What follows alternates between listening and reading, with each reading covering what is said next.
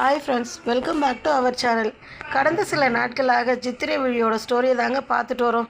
சித்திரை விழியோட story next episode எப்போங்க போடுவீங்க அப்படின்னு என்கிட்ட கமெண்ட்ஸில் கேட்குறீங்க. ஓகே ஃப்ரெண்ட்ஸ், உங்களோட ஆதரவு எப்பயுமே எனக்கு தேவை ஃப்ரெண்ட்ஸ். மறக்காமல் இந்த வீடியோவை ஸ்கிப் பண்ணாமல் பாருங்கள். அப்போ தான் இது ஒரு உண்மையான தொடர் கதை நீங்கள் பார்த்துட்டு என்ஜாய் பண்ணுவீங்கன்னு நினைக்கிறேன். மறக்காமல் இந்த வீடியோவை ஸ்கிப் பண்ணாமல் பாருங்கள். அப்போ தான் நான் போடுறத பார்த்துட்டு நீங்கள் அந்த தொடர் கதையை கேட்டு நீங்கள் என்ஜாய் பண்ணுவீங்க. வாங்க வீடியோக்குள்ளே போடலாம்.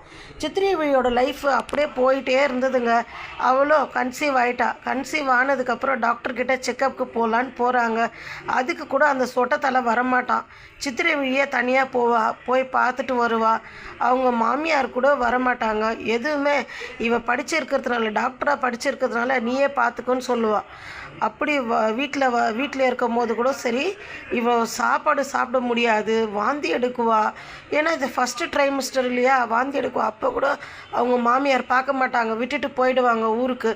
இந்த மாதிரியே இருக்கும்போது, வாமா உனக்கு என்ன வேணும், நான் அம்மா வீட்டுக்கு போகிறேன், நான் எங்கள் அம்மா வீட்டுக்கு போய் கொஞ்ச நாள் இருந்துட்டு வரலான்னு இருக்கிறேன் அப்படின்ட்டு சித்திரை விழியை அவங்க மதர்-இன்-லா கிட்டே சொல்கிறா. சரிம்மா நீ போயிட்டு வா அப்படின்னு சொல்கிறா. இவ்வளோ சித்திரை விழியை அம்மா வீட்டுக்கு வரா. கிராமத்தில் நல்லா என்ஜாய் பண்ணுறா. அந்த கிராமத்தோட சுவாசமும் அங்கே இருக்கிற கோழிங்க ஆடுங்க இதெல்லாம் பார்த்த உடனே அவளுக்கு கொஞ்சம் பிரைட் ஆகிடுச்சு. சரி நம்ம கொஞ்ச நாள் இங்கேயே என்ஜாய் பண்ணலான்னு சொல்லிவிட்டு அம்மா விதவிதமாக செஞ்சு எடுத்துகிட்டு வந்து கொடுக்குறா. அவள் ப்ரெக்னெண்ட்டாக இருக்கிறதுனால இது வழியோ சித்திரை விழியோட மதர்-இன்-லா வந்து, வாமா நம்ம ஊருக்கு போகலாம், டைம் ஆகிடுச்சு. இல்லை அத்தை, எனக்கு வரத்துக்கு இஷ்டம் இல்லை, நான் இங்கேயே இருக்கிறேன். எனக்கு ப்ரெக்னென்ட் ஆனதுனால அங்கே வந்தாக்கா எனக்கு அந்த கிளைமேட் எனக்கு ஒத்து வரலை, நான் இங்கேயே இருக்கிறேன்னு சொல்கிறா.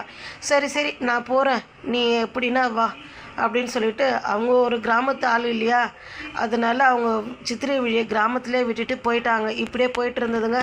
இவ போய் அவங்க பிள்ளைகிட்ட ஒன்றுக்கு ரெண்டாக சொல்லி, நீ போய் மருமகளை கூப்பிட்டுட்டு வந்தே ஆகணும் அப்படின்றான். சரின்னு சொல்லிட்டு அவன் வரான், சொட்டத்தலையன் வரான். அவன் வெளியே வரும்போது நல்லா விக்கு மாட்டிக்கிட்டு வந்துடுறான். விக்கு மாட்டிக்கிட்டு வந்து அவங்க பொண்டாட்டியை, வா எந்த ப்ராப்ளம் ஆனாலும் நான் பார்த்துக்கிறேன் அப்படின்னு சொல்லிட்டு கூப்பிட்டுன்னு போகிறான்.